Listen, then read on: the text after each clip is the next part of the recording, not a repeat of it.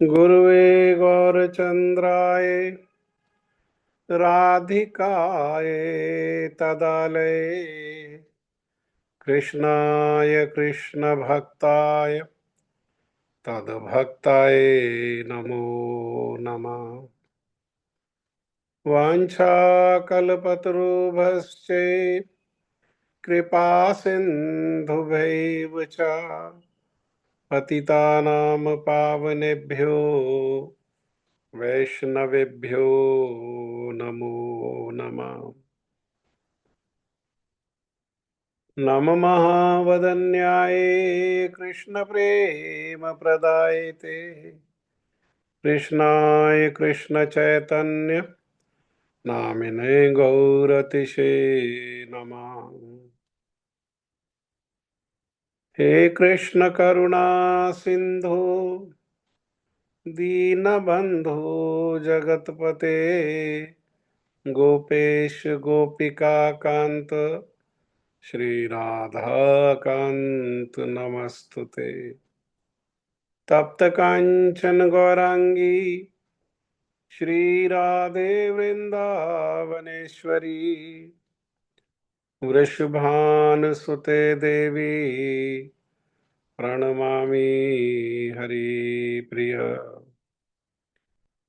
भक्त्या विहीन अपराधलक्षे क्षिप्तश्च कामादि तरङ्गमध्ये कृपामयि त्वां शरणं प्रपन्ना वृन्दे नमस्ते चरणारविन्दम् वृन्दे नमस्ते चरणारविन्दम् वृन्दे नमस्ते चरणारविन्दम्। श्रीकृष्ण चैतन्य प्रभु नित्यानंद श्री अद्वैत गदाधर श्रीवासादि गौर भक्त वृंद। हरे कृष्ण कृष्ण कृष्ण हरे हरे हरे राम राम राम हरे हरे। मैं सबसे पहले मेरे गुरुपाद पद्म नित्य लीला प्रविष्ट ओम विष्णुपाद परमहंस परिव्राजकाचार्य अस्तोत्र शत योगाचार्य श्री श्रीमद् भक्ति वेदांत श्रील नारायण गोस्वामी महाराज जी के अभय चरणारविंद में अनंत कोटि दंडवत प्रणाम करते हुए उनकी कृपा याचना करता हूँ। तदुपरांत नित्य लीला प्रविष्ट ओम विष्णुपाद स्तोत्र श्री श्रीमद् भक्ति वेदांत स्वामी महाराज श्रील प्रभुपाद जी के चरण सरोज में अनंत कोटि दंडवत प्रणाम। रूपानुग गुरु परंपरा के चरणों में अनंत कोटि दंडवत प्रणाम। कथा के श्रोता वृंद वैष्णव वैष्णवी माता भाई बहन प्रभु आप सभी को मेरा यथा योग्य प्रणाम। गीता जयंती को गीता जी की महिमा को कीर्तन करना जो प्रारंभ हुआ तो वो 4 दिन चला। 4 दिन भक्तों ने सुना और कल फिर भक्तों ने विशेषकर हमारे अनीता दीदी ने उन्होंने भगवत गीता में जो उनको समझ में आया वो उन्होंने बोला और जो समझ में नहीं आया उसको पूछा। तो आप में से कोई जो कुछ भगवत गीता के बारे में कुछ भी कहना चाहते हैं, आपका भगवत गीता को समझने में कहाँ ज़्यादा अच्छा लगता है, क्या अच्छे से समझ में आया, हाँ क्या सुनना चाहते हैं या क्या कहना चाहते हैं, अगर कुछ भी इच्छा है तो आप कह सकते हैं जो भी आप में से कहना चाहें।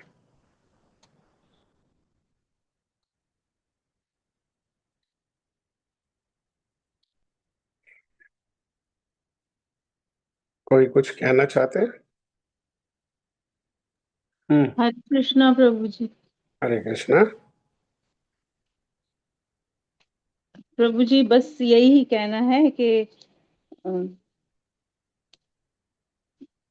ऐसा सुनते हैं कि एक तो जो गीता बोलते हैं, तो गीता अर्थात जो भगवान ने जो बोला, वो जो ऐसा गीत जो त्राण करे, जो रक्षा करे, इसलिए ये गीता, गीतोपनिषद। और ये कि एक ग्रंथ जो है शरणागति की शिक्षा देता है कि जो अर्जुन है मोहग्रस्त हैं, और इतने बड़े धनुर्धर होने के बावजूद भगवान की ही कृपा से, भगवान ने ही जो लीला की है उस कारण हमें उपदेश देने के लिए, हम बद्ध जीवों को उपदेश देने के लिए ये उपदेश हैं। जैसे कि जो गैया है वो दूध देती तो है लक्ष्य करके गोवत्स के लिए, लेकिन वो सबके लिए ही मंगलकारी होता है।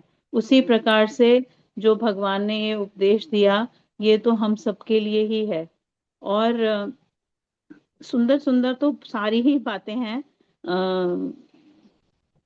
उससे पहले ये विशेष रूप में कि आप उपस्थित हैं, और जो इतनी शुद्ध परंपरा के द्वारा जो शुद्ध विचारधारा है, शुद्ध भक्ति की जो धारा है, उसमें जो गुरु वर्गों के विचार हैं, गौड़ीय वैष्णव परंपरा है, चैतन्य महाप्रभु की जो वाणी है, उसको आप हमें, जो आपने संग्रह किया हुआ है वो आप हमें दे रहे हैं। और आप उपलब्ध हैं सब समय, किसी भी तरह का कोई डाउट है उसके लिए। और हमारी सारी जो भी गलतियां हैं वो सब भी क्षमा करके, आ रहे हैं नहीं आ रहे हैं वो भी सब छोड़कर आप अवेलेबल हैं। और सबसे ज्यादा मोनिका जो बहुत पेन्स लेती हैं, मतलब मेरा क्लास अटेंड करने का मुख्य कारण वही है कि वो इतना पेन्स लेके सब करती है, तो लज्जा आती है कि क्या मैं इतना सा भी कहना नहीं मान सकती। और इस करके वो उसका, उसके चरणों में मेरा प्रणाम है, आपको दंडवत प्रणाम है। और इसमें इतनी सुंदर सुंदर बातें आप खोल खोल के जो गुरु वर्गों का विचार समझा रहे हैं, कर्म क्या है और जीव क्या है, डिटेल में, कहीं की जल्दी नहीं है। और ये नहीं है कि खत्म करना है, अब तक ये कर दें खत्म। और बहुत सभी सभी जो आपने बताया है गुरुवर्गों की वाणी सभी आकर्षित करने वाली है। लेकिन जो एक आपने जो देवताओं के विषय में बताया था कि देवी देवता जो हैं वो आधिकारिक हेड्स हैं, जो अलग अलग डिपार्टमेंट्स भगवान के संभालते हैं। भगवान श्री कृष्ण ही मूल हैं, भगवान श्री कृष्ण ही भगवान हैं मूल रूप में। और बाकी जो सबके सब अवतार हैं वो उनसे ही निकले हैं। और जो सारे देवी देवता हैं वो उन्हीं के अंग हैं। ये आपने जो बताया, इसको हृदय में धारण करने का प्रयास हम लोगों को करना चाहिए, कर रहे हैं। कि उदाहरण आपने दिया जो नित्य लीला प्रविष्टोम विष्णुपाद श्रील भक्ति वेदांत नारायण गोस्वामी महाराज जी ने बताया, वो कर्मचारी का, जो कर्मचारी एक जगह पर नौकरी करता है। और आपने पहले पहले एक बार ये इंसिडेंट एक और बार पहले सुनाया था, तो आपने कहा था वो इतना दक्ष है कि जो नया मालिक है, दूसरी कंपनी का जो मालिक है, उसकी दक्षता को देखकर वो आकर्षित हो जाता है और इनवाइट करता है कि आप हमारे यहाँ आ जाओ नौकरी करने के लिए। लेकिन ये कर्मचारी जो है कहता है मैं नहीं आ सकता, क्योंकि मैं तो यहाँ पर बंधा हुआ हूँ, क्योंकि मैंने कर्जा लिया हुआ है। तो कर्जा लिया हुआ है, 2 लाख का 5 लाख का कर्जा लिया हुआ है, जब तक वो चुकता नहीं होगा मैं यहाँ से निकल नहीं सकता। तो ये उदाहरण हम लोगों के लिए ही है कि हम लोग अपने संस्कारवश और जिस जिस प्रकार के पर्यावरण में, जहाँ पे जिस प्रकार के कल्चर में हम लोग रह रहे होते हैं, जहाँ पे हमारा जन्म होता है, जिनको हम लोग देखते हैं, जिस समाज में हमारा उठना बैठना है, वहीं के संस्कार हम ग्रहण करते हैं। और यही सबसे विशेष बात है जो भगवान ने हमें दी है, कि भगवान ने मनुष्य को स्वभाव देकर नहीं भेजा। वो जिस प्रकार के संग में होता है उसी को ऑब्जॉर्व कर लेता है, उसी के अकॉर्डिंग करने लग जाता है। लेकिन बहुत सुंदर बात यह है कि स्वभाव का परिवर्तन हो सकता है, मनुष्य के सिर्फ स्वभाव का परिवर्तन हो सकता है, किसी और जीव के स्वभाव का परिवर्तन संभव पर नहीं है, किसी और योनियों में संभव नहीं है, मनुष्य जीवन में ही संभव है।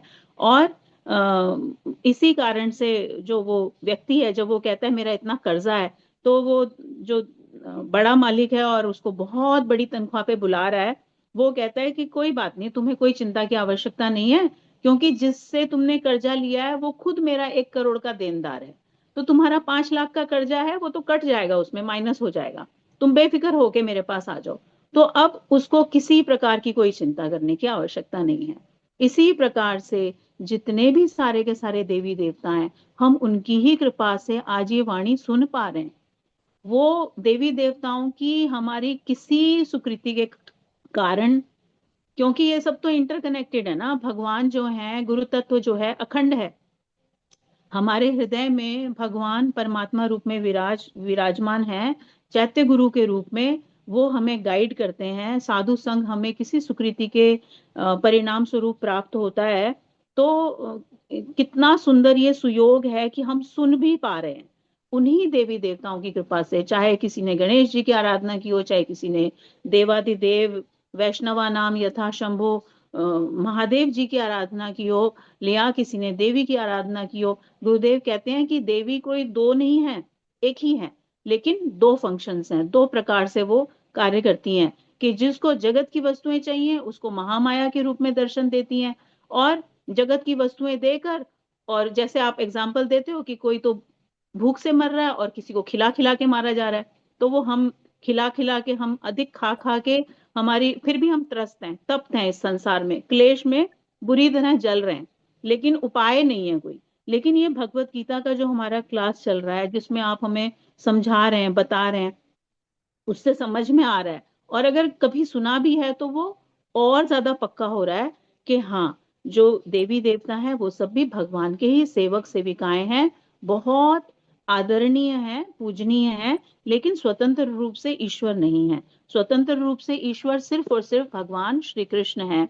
एते च अंश कला पुंसः कृष्णस्तु भगवान स्वयं। ब्रह्मा जी ने भी बोला, ईश्वर परम कृष्ण सच्चिदानंद विग्रह अनादिर आदि गोविंदा सर्व कारण कारणम।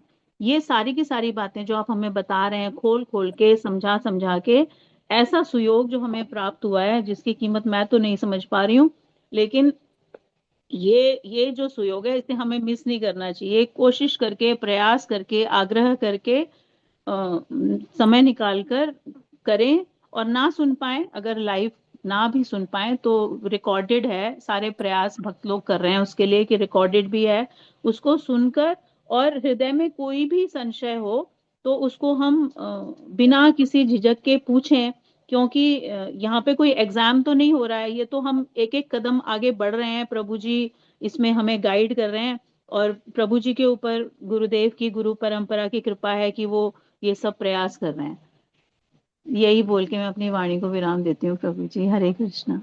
बहुत सुंदर। भगवान ने कहा सर्वधर्मान परित्यज्य मामेकम शरणम रज। एक मेरी ही शरण में आ जाओ। बाकी जो धर्म है, बाकी कौन सा धर्म है? मूल में तो वर्ण आश्रम धर्म ही है। बाकी हमने ओढ़े हुए धर्म है, समाज का धर्म, संबंध का धर्म, जाति का धर्म, देश का धर्म। तो भगवान कह रहे हैं ये सबकी आवश्यकता नहीं है। इससे निकल करके एक मेरी शरण में आ जाओ। लेकिन जब धर्म को जो त्यागेंगे, जो विशेषकर हमारा वर्ण आश्रम धर्म है, उसमें माता पिता के प्रति जो दायित्व है, कर्तव्य है, या पत्नी पति के बीच में जो कर्तव्य दायित्व है, या जिस देश में जन्म हुआ उसके प्रति जो दायित्व है, उसको छोड़ करके भगवान की शरण में आएंगे तो उस दायित्व को पूरा नहीं करने का पाप लगेगा। तो भगवान कह रहे हैं कि चिंता नहीं करो, अहम त्वाम सर्व पापेभ्यो, मैं तुम्हारी सारे पापों से मैं रक्षा कर लूंगा। हाँ, कोई पाप नहीं लगेगा, कोई पाप नहीं है। भगवान को केंद्र में रख करके भगवान का भजन करे, जहां रहे।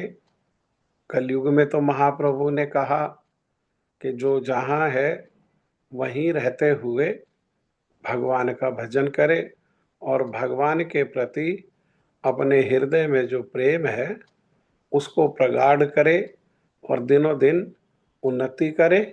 घर में रह करके भजन की सुविधा है तो घर में रह करके भजन करे। घर में कोई असुविधा है भजन की, तो समय निकाल के चतुराई से और घर में रहते हुए भजन करे। और जो भजन के लिए असुविधा दे करते हैं उनके प्रति किसी प्रकार से आसक्ति ना हो, वहां से आसक्ति को निकाल करके और उस आसक्ति को भगवान और भगवान के भक्तों के चरणों में लगाएं, तो धीरे धीरे धीरे हमारी जो है उन्नति होगी। भगवान ये हमारा मंगल चाहते हैं, वो यही चाहते हैं कि जो जहाँ है वहाँ से उन्नति करें, और उन्नति करते करते करते अंततः भगवान को स्वयं को समर्पित करें। हाँ, समर्पण। हाँ, क्योंकि भगवत गीता में हम देखते हैं कि अर्जुन ने बोलना प्रारंभ किया तो भगवान ने टोका ही नहीं उसको। वो बोलते रहे बोलते रहे बोलते रहे, भगवान ने कुछ बोला ही नहीं। जब तक अर्जुन ने नहीं कह दिया कि मैं आपका शिष्य हूँ, शिष्यते अहम्, और मैं आपको गुरु रूप में स्वीकार करता हूँ, और अब मेरा जो है आप इस अवस्था में, जिस अवस्था में मैं हूँ, इस अवस्था में मेरा मार्गदर्शन करो, तब भगवान ने बोलना प्रारंभ किया, तब भगवान ने उपदेश देना प्रारंभ किया। उसके पहले भगवान ने उपदेश नहीं दिया। हाँ, तो अर्थात भगवान की जो शरणागति है वो जीवन में अति आवश्यक है। एक बार जीव जब भगवान के शरणागत होने का प्रयास करता है, हाँ, जैसे ही विचार भी करता है, प्रयास नहीं, विचार भी करता है, तो भगवान क्या करते हैं, भगवान फिर वो उसके बारे में स्वयं विचार करने लगते हैं, और वैसी चेतना उसको प्रदान करते हैं, वैसा परिवेश उसको प्रदान करते हैं, वैसा संग उसको प्रदान करते हैं, जिससे कि वो धीरे धीरे धीरे धीरे शरणागति की ओर उन्नति करे, शरणागति की ओर बढ़े। हाँ, सुंदर रूप में आपने कहा। और किसी का, और कोई कुछ कहना चाहते, कोई और भक्त बोलना चाहते?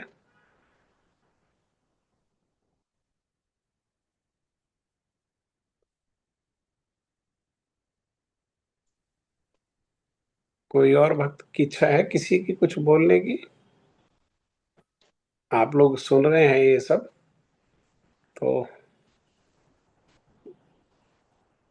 जैसा शशि दीदी ने कहा कि प्रश्न करना चाहिए, और सबके सामने प्रश्न कर सकते हैं तो अच्छा है, क्योंकि हो सकता है कि और भी भक्तों की उसी प्रकार से जिज्ञासा हो, तो वो भक्त जो है बाकी सबकी जिज्ञासा का निवारण हो जाएगा, और सभी भक्तों को कुछ ना कुछ गुरु वर्गों की विचार जो है वो सुनने को मिलेंगे।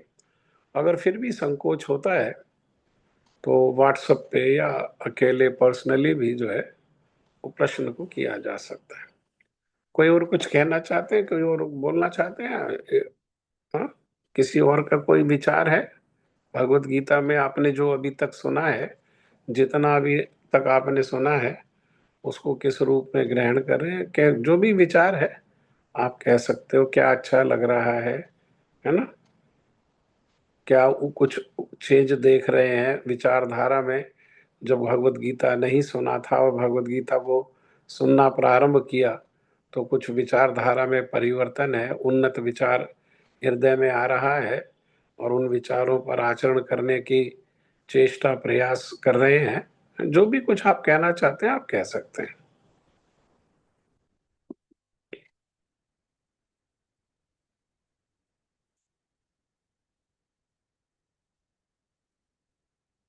ठीक है फिर। अध्याय 3। श्लोक संख्या 13, कर्म योग अध्याय का नाम है। यज्ञ शिष्टाशीन संतो मुच्यन्ते सर्व किल्बिषा भुञ्जन्ते ते त्वघं पाप ये पच्यन्ते आत्मकारणात्।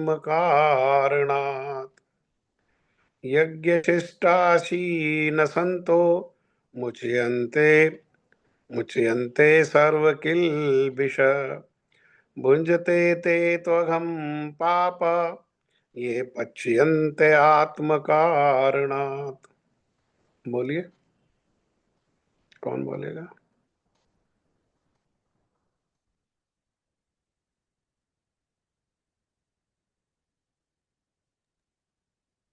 प्रभु जी मैं बोलती हूँ। प्रभु जी नीचे जो इसका संधि विच्छेद है, अगर उसको एज इट इज पढ़े तो पूरा पढ़ना हो ही जाता है ना। हाँ, यज्ञ शिष्ट अश्निः सन्तः मुच्यन्ते सर्व किल्बिषः भुञ्जते ते तु अघं पापः ये पचन्ति आत्मकारणात्।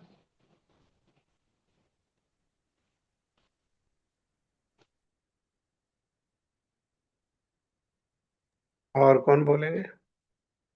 यज्ञशिष्टाशिनः सन्तो मुच्यन्ते सर्वकिल्बिषये भुञ्जते ते तु अघं पापा ये पच्यन्तात्मकारणात्।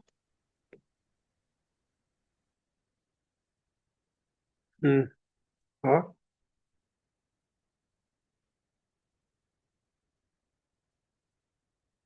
लोग तो बोलो, कोई तो बोलो।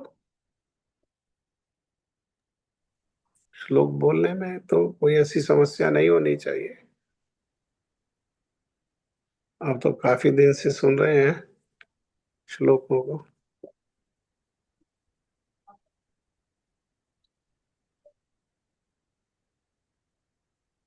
सब लोग कथा सुन रहे हैं ना कहीं? तो ये ऑन करके किसी और काम में लगे हुए हैं, इसलिए श्लोक नहीं बोल पा रहे।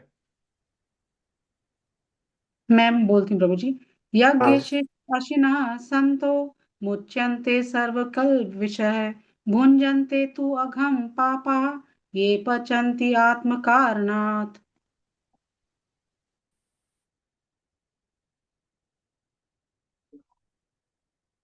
हाँ जी। और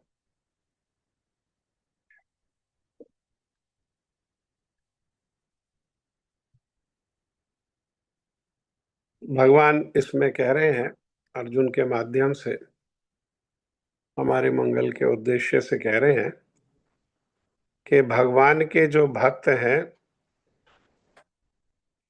वो क्या करते हैं, वो सभी प्रकार के पापों से मुक्त हो जाते हैं, क्योंकि वे यज्ञ में अर्पित किए भोजन प्रसाद को ही पाते हैं। अन्य लोग जो अपने इंद्रिय सुख के लिए भोजन बनाते हैं वे निश्चित रूप से पाप खाते हैं।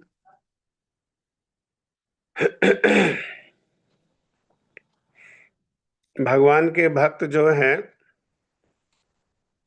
तो यहाँ कहा यज्ञ कि वो यज्ञ संपन्न करने के बाद जो है भोजन को भोग लगा करके ग्रहण करते हैं, तो भक्त लोग जो है वो श्रवण कीर्तन रूपी जो है वो यज्ञ को नित्य निरंतर करते रहते हैं। जैसा पहले भी बताया, भगवान श्री कृष्ण ने स्वयं श्रीमद् भगवद गीता में कहा कि यज्ञानाम जप यज्ञ अस्मि।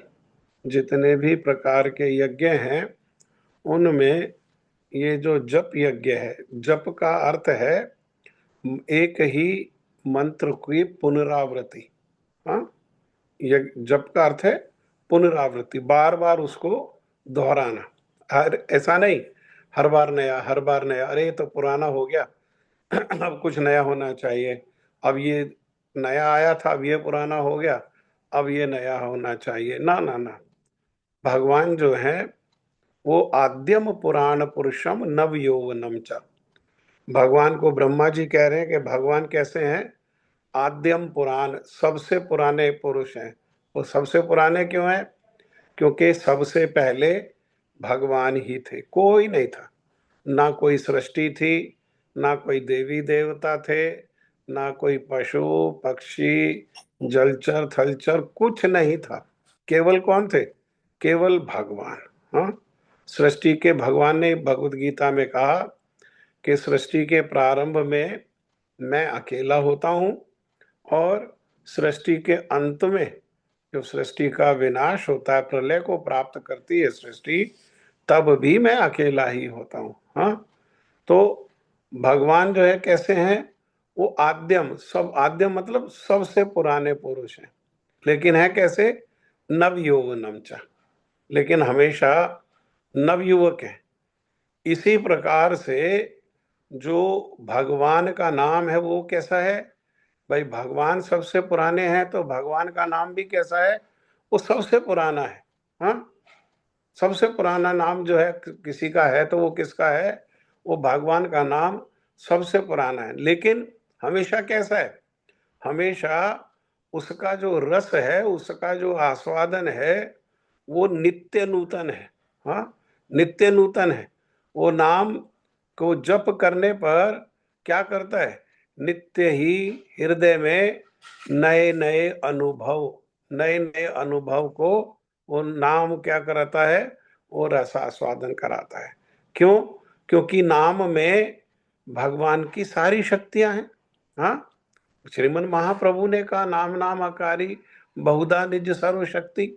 निज अपनी, सर्व माने सारी, सारी शक्तियों को भगवान ने कहाँ रखा हुआ है?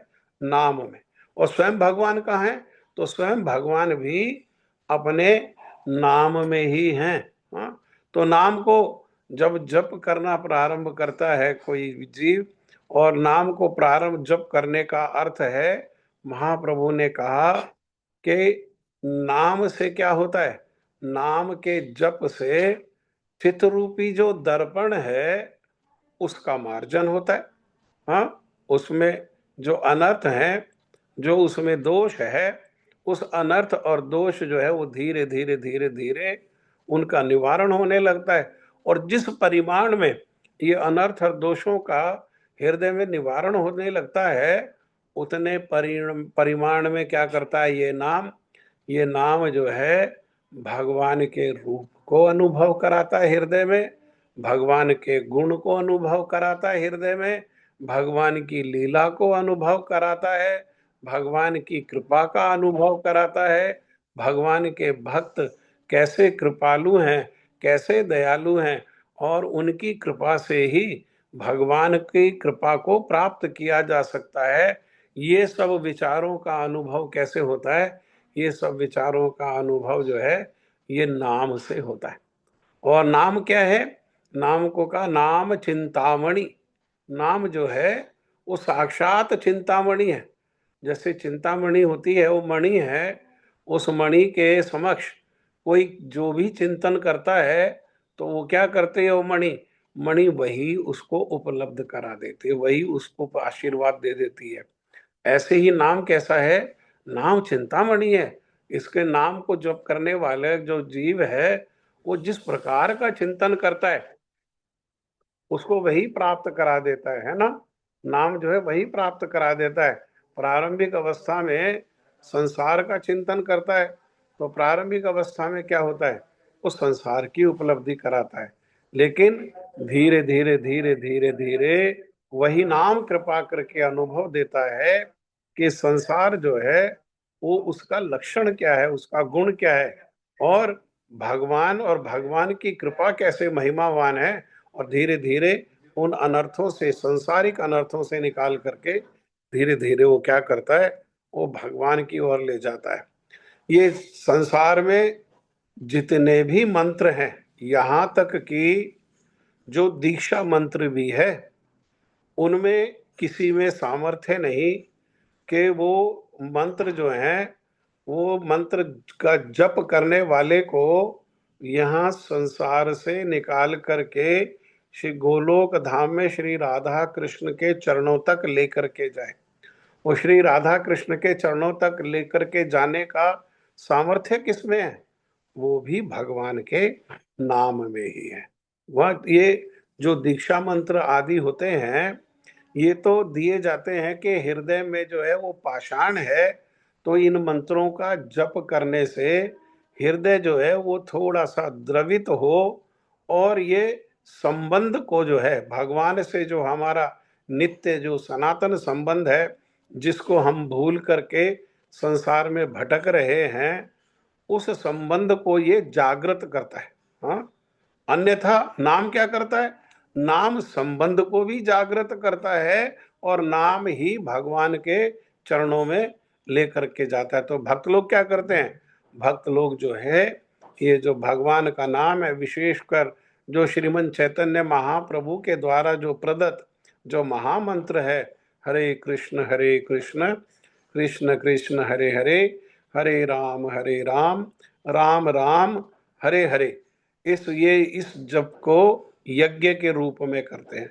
अर्थात मुख से मंत्र को बोल करके और कान में आहुति देते हैं, और कान के द्वारा वो आहुति कहाँ है? वो कान के द्वारा आहुति जो दी गई है, वो एक तो हृदय में प्रवेश करती है, हृदय में प्रवेश करके जो हृदय की जो मलिनता है उसको धो देती है, और दूसरा जो है उस नाम में शक्ति है कि वो क्या करता है, वो नाम जो है नामी को वशीभूत कर लेता है। वो नाम जो है लेने वाला के अधीन भगवान जो है उसके वशीभूत हो जाते हैं। तो इस प्रकार से ये जो नाम है इसका वे यज्ञ करते हैं, और यज्ञ करते हुए जो भी कुछ धीरे धीरे नाम की कृपा से ही ये अनुभव होता है कि वे उनका स्वभाव बन जाता है कि वो खुद प्राप्त करने के पहले, खुद कुछ भी लेने के पहले, खुद कुछ भी ग्रहण करने के पहले क्या करते हैं? वो सब वस्तु को भगवान को समर्पित करते हैं। इसीलिए भगवान को वे समर्पित करते हैं। तो भगवान को समर्पित जो है वो उसको आहार भी क्या करेंगे? वो भगवान को समर्पित करके प्रसाद के रूप में। भक्ति में उन्नति होती है तो वस्त्र जो धारण करते हैं, वस्त्र को भी भगवान को समर्पित करके वस्त्र भी प्रसाद के रूप में, हाँ, जो भी कुछ वे ग्रहण करते हैं उसको क्या करते हैं? वो भगवान को समर्पित करते हैं। विशेषकर जो भोग आदि बना करके, तुलसी पत्ता जल दे करके वो भगवान को भोग लगा करके, और भगवान का उचिष्ट वो प्रसाद के रूप में खा पाते हैं। इसलिए क्या है, वो सब पापों से वो दोष मुक्त हो जाते हैं। कोई पाप जो है, जो नया पाप तो ग्रहण करते ही नहीं, नया तो पाप बन ही नहीं रहा, और जो संचित पाप हैं उससे भी वो क्या है, उससे भी वो मुक्त हो जाते हैं। लेकिन जो दूसरी ओर जो संसार के जो लोग हैं, वो अपनी इंद्रियों के उद्देश्य से, अपने भोग के उद्देश्य, भगवान के भोग के उद्देश्य से नहीं, वो अपनी इंद्रियों के उद्देश्य से बनाते हैं। जब हम बनाते हैं तो बनाने में बहुत सारे दोष होते हैं। हाँ, जैसे गेहूं है, गेहूं जब पिसता है तो उसके साथ बहुत सारे जीव भी पिस जाते हैं। हाँ, जो बहुत सारे जीव भी पिस जाते हैं। ऐसे ही सब्जी को उगाने के लिए जो है, और ये क्या कहते हैं, फल उगाने के लिए बहुत सारे जो जीव हैं उनके विरुद्ध जो है कई प्रकार के केमिकल यूज किए जाते हैं, जिससे वे भी मर जाते हैं। और फिर जब हम इस प्रकार से सब्जी आदि अमनिया करते हैं और उनको बनाने के लिए आग को जलाते हैं, तो आग को जलाने पर हवा में बहुत सारे जीव होते हैं, वो आग में जल जाते हैं, वे मर जाते हैं। फिर पानी में उबालते हैं तो पानी में बहुत सारे जीव होते हैं, तो पानी में वो मर जाते हैं। तो और दूसरा, जिस धन से ये सब चीजों का संचयन किया गया, वो धन का अर्जन किस प्रकार से किया जाता है उसका भी जो दोष है वो भी दोष है। तो अगर वो भगवान को दिए बिना खाएंगे तो क्या होगा, वो सारे के सारे जो है पाप को ही खाएंगे। हाँ, उसमें पाप खाएंगे मतलब उसमें हवा में मरने वाले जीवों का पाप जो है उसको ग्रहण करना पड़ेगा, जल में मरने वाले जीवों का जो पाप है उसको ग्रहण करना पड़ेगा, और खाद आदि के द्वारा, खाद आदि में जो केमिकल आदि जो दिया जाता है उससे मरने वाले जीवों का जो पाप है उसको ग्रहण करना पड़ेगा। अन्न पीसने पर जो है या चावल कूटने पर, हाँ, जो जीवों की हत्या है उसके पाप को भी ग्रहण करना पड़ेगा, और उसके लिए धन किस प्रकार, जिस धन से वो खरीदा गया है वो धन का अर्जन किस प्रकार से किया गया उसके पापों को भी क्या करना पड़ेगा, ग्रहण करना पड़ेगा। लेकिन भगवान को देने पर क्या है, भगवान को देने पर भगवान क्या करते हैं, अंगानी सकलेंद्रिय, उनके जो है सारी इंद्रियां कैसी हैं, वो पूर्ण है। हाँ? वृत्तिमानती पश्यांति पांति कलयांति चरम चिरम जगंती, एक ही अंग से वो क्या कर सकते हैं, एक ही अंग से वो देख भी सकते हैं, एक ही अंग से वो खा भी सकते हैं, एक ही अंग से वो उठा भी सकते हैं। इसीलिए आंख है जैसे उनके, तो आंख से भगवान देख भी सकते हैं और आंख से भगवान खा भी सकते हैं। भोग किस प्रकार से लगाते हैं, तो भगवान भोग जो है अपनी दृष्टि से लगाते हैं, और जब उनकी दृष्टि उस भोग पर जो पड़ती है तो उसमें जितने पाप हैं वो सब पाप जो है उसमें से निकल जाते हैं। उसमें भगवान के जो दृष्टि पड़ा हुआ जो भोजन है उसमें किसी प्रकार का पाप जो है बाकी नहीं रहता, बल्कि क्या है, पाप से शुद्ध होकर के उसमें भगवान की कृपा और मिल जाती है, भगवान की कृपा और मिल जाती है। हाँ, जैसे उदाहरण से समझे कि पानी है, तो पानी सप्लाई, पानी घर में सप्लाई होता है, सरकार जो है सप्लाई करती है पानी, उसको डायरेक्ट ले ले एक गिलास में, और एक गिलास में वो सप्लाई जो कर रहा किया जा रहा है पानी उसके टैप के आगे फिल्टर लगा दें। हाँ, तो दोनों पानी देखने में एक जैसे लग सकते हैं, दोनों में क्रिया एक जैसी हुई है, लेकिन जो पानी डायरेक्ट लिया गया है उसमें रोग के जीवाणु है, उसमें बैक्टीरिया है, लेकिन जो फिल्टर के बाद पानी लिया गया है वो पानी कैसा है, वो पानी रोग रहित है। हाँ, ऐसे ही जो भगवान को भोग लगाए बिना जो डायरेक्ट जो ले लिया गया है वो कैसा है, उसमें भवरोग मिला हुआ है। हाँ, भवरोग का अर्थ क्या है, पुनरपि जन्मम पुनरपि मरणम, बार बार माँ के गर्भ में जाना और बार बार जन्म लेना, बार बार मरना, बार बार बुढ़ापा, बार बार बीमारी, ये भवरोग जो है ये उसमें मिला हुआ है। लेकिन भगवान को भोग लगाने पर क्या है, भगवान को भोग लगाने पर वो भवरोग को हटा करके उसमें जितने भी रोग के लक्षण हैं वो सब को हटा करके अपनी कृपा को मिला देते हैं। हाँ, तो क्या फिर भगवान को भोग हम क्या इसीलिए लगाएं कि भगवान जो है उसमें से पाप को निकाल देंगे, नहीं, हम भगवान को भोग लगाएं श्रेष्ठ भावना से। ये उतना श्रेष्ठ नहीं है भावना, लेकिन ये भी एक स्तर है। हाँ, ये भी एक स्तर है, परंतु ये श्रेष्ठ भावना नहीं है। श्रेष्ठ भावना क्या है, श्रेष्ठ भावना है कि भगवान से हमारा नित्य सनातन संबंध है, और भगवान की प्रीति के लिए, भगवान को प्रसन्नता के लिए और भगवान को सुख देने के उद्देश्य से ही भगवान के लिए ही बनाए और भगवान को ही खिला करके और बाद में उसको उचिष्ट रूप में पाए।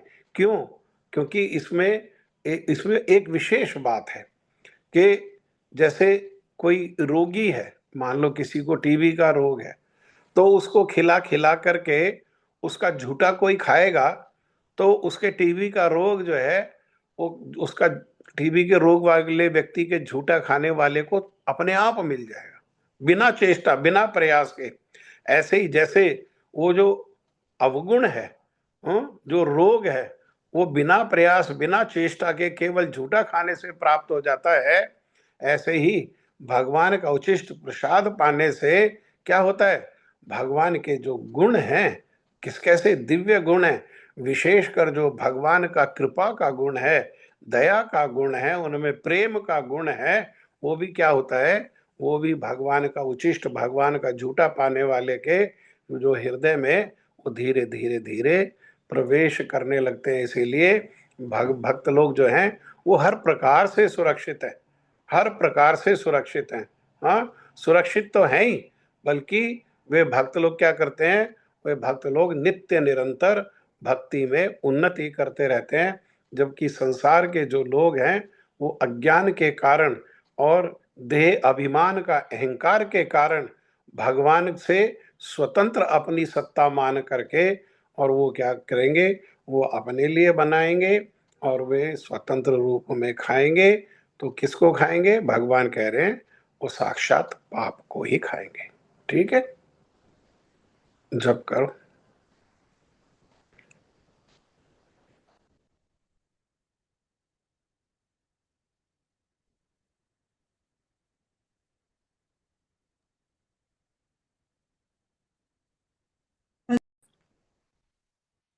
कि इसका जो वाक्य है कि अन्य लोग जो अपने इंद्रिय सुख के लिए भोजन बनाते हैं, अपने इंद्रिय सुख के लिए कौन लोग भोजन बनाते हैं, वो लोग तो जरूरी अपने इंद्रिय सुख के लिए भोजन बनाते हैं जो प्याज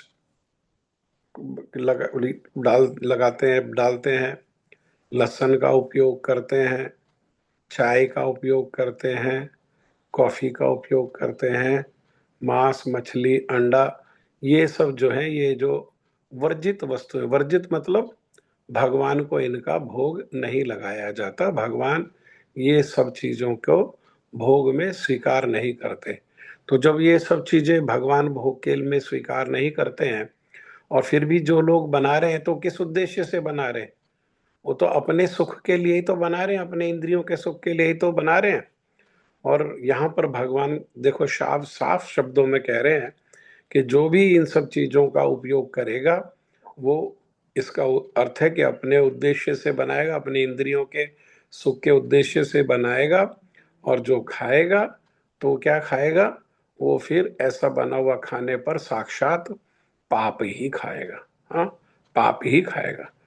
एक बात, दूसरी बात, मान लो कोई ये सब चीजों को व्यवहार नहीं कर रहा है, लेकिन वो भी भगवान को दिए बिना खा रहा है, वो भी भगवान को बिना जो है स्वतंत्र रूप में अपने इंद्रिय सुख के लिए, परिवार के इंद्रिय सुख के लिए बना रहा है, वे भी खा रहे हैं।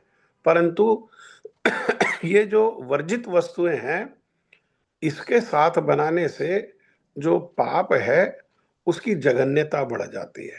वे लोग कम से कम जो वर्जित वस्तुएं हैं उनको तो नहीं सेवन कर रहे, यहाँ तो भगवान को तो दे ही नहीं रहे, और जो वर्जित है उसको भी सेवन कर रहे हैं। इसलिए क्या है, इसलिए ये जघन्यता इसमें बढ़ जाती है। इसीलिए जो है सारे साधु सब भक्त जो है यही बात को समझाते हैं कि हमारा आहार जो है शुद्ध होना चाहिए। शुद्ध होने का अर्थ क्या है, शुद्ध होने का एक एक में तो अर्थ ये है कि उसमें ये जो अशुद्ध वस्तुएं हैं, जो वर्जित वस्तुएं हैं, वे तो होनी ही नहीं चाहिए। दूसरा जो श्रेष्ठ अर्थ है शुद्ध होने का, अर्थात जो भगवान प्रसन्नता से प्रेम से पाते हैं उन्हीं के लिए बना करके उनको खिला करके जब हम पाएंगे तो वो कैसा होगा, वो शुद्ध अति शुद्ध होगा भोजन। ठीक है, किसी का कोई प्रश्न है आज के विषय से संबंधित या किसी और विषय से संबंधित?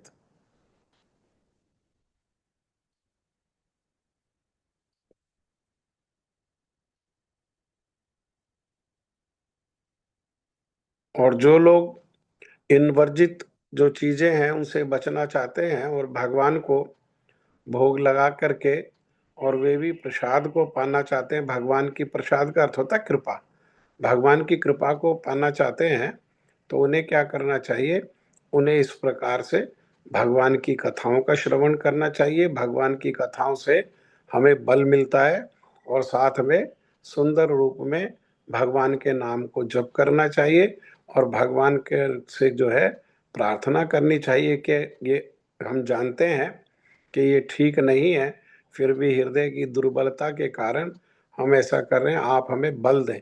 लेकिन उसमें सहयोग भी करना है, हमेशा हृदय से दुर्बल नहीं बने रहना कि नहीं हम तो भगवान की कृपा नहीं कर रहे हैं, हम तो हृदय से दुर्बल ही बने रहेंगे, है ना।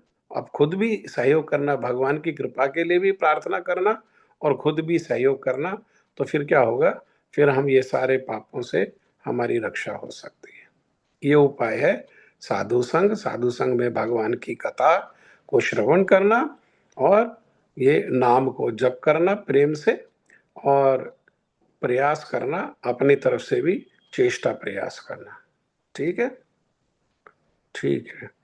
किसी का कोई प्रश्न है? कोई अगर प्रश्न नहीं है तो फिर जय ध्वनि दो। अगर किसी का कोई प्रश्न है तो प्रश्न कर सकते हो।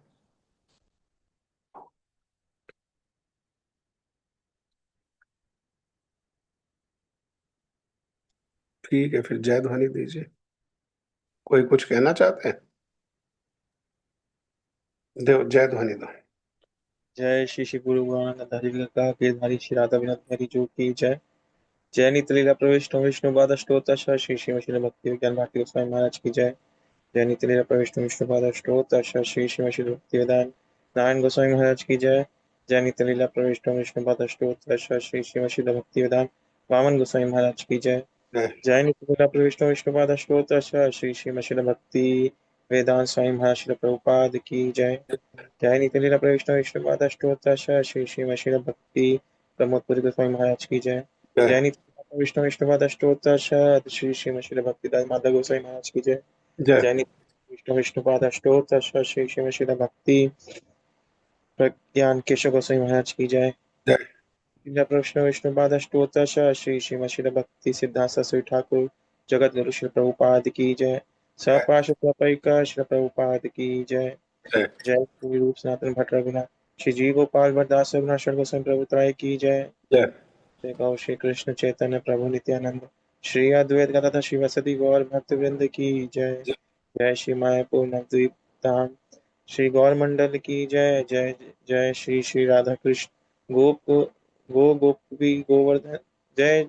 जय जय श्री राधा कृष्ण गोपी गोवर्धन द्वादशनाथन श्री ब्रज मंडल की जय। जय श्री गिरिराज गोवर्धन की जय। जय श्री राधा कुंड श्याम कुंड भक्ति देवी कुछ देवी यमुना देवी गंगा देवी की जय। जय श्री जगन्नाथ बलदेव सुभद्रा सुदर्शन जू की जय। जय श्री भक्ति विघ्न श्री नरसिंह देव की जय। भक्त प्रहलाद महाराज की जय। चारों धाम की जय, चारों आचार्यों की जय, चारों संप्रदाय की जय। अकाल प्रकाश श्री चैतन्य मठ एवं अन्य अन्य मठ शाखा समूह की जय। जय श्री गीता उपनिषद की जय। जय श्री जय श्री राधा श्याम सुंदर भगवान की जय। आज के सत्संग की जय, आज के आनंद की जय, आप सब भक्तों की जय। निताई गौर प्रेमानंदे हरि हरि बोल, हरि हरि बोल। शनिवार को प्रणाम प्रभु जी। राधे एक मिनट सुनो। शनिवार को गुरु जी का तिरुभाव महोत्सव है। श्रील भक्ति वेदांत श्रील नारायण गोस्वामी महाराज जी श्रील गुरुदेव का तिरुभाव उत्सव है। तो सुबह तो कार्यक्रम है मेरा एटीएस में इंदिरापुरम में है, गुरुजी के उपलक्ष्य में तिरुभाव तिथि। लेकिन शाम को हम लोग ऑनलाइन करेंगे 9 बजे से 10 बजे तक। मेरी आप सब भक्तों से प्रार्थना है कि आप सबके लिए भी वो एक अवसर होगा, तो गुरुजी के चरणों में आप कुछ ना कुछ पुष्पांजलि के रूप में कुछ बोले हैं, शब्दांजलि जो है वो पुष्पांजलि के रूप में गुरुजी के चरणों में समर्पित करें। ठीक है, आपके पास 2 दिन है तो उसको थोड़ा देखभाल लो, उसको ध्यान करो थोड़ा सा, और गुरुजी को प्रीति प्रसन्नता के लिए, जिनकी कृपा से हमें ये सब प्राप्त हो रहा है, और तो उनकी प्रीति प्रसन्नता के लिए हम लोग जो है इस उत्सव को मनाएंगे 9 बजे से 10 बजे तक शनिवार को ऑनलाइन। ठीक है, आप सभी लोग उसमें बोल करके भाग लीजिए, एक्टिवली पार्टिसिपेट करिए उसमें। ठीक है, हरे कृष्णा, राधे राधे, दंडवत। हरे कृष्णा।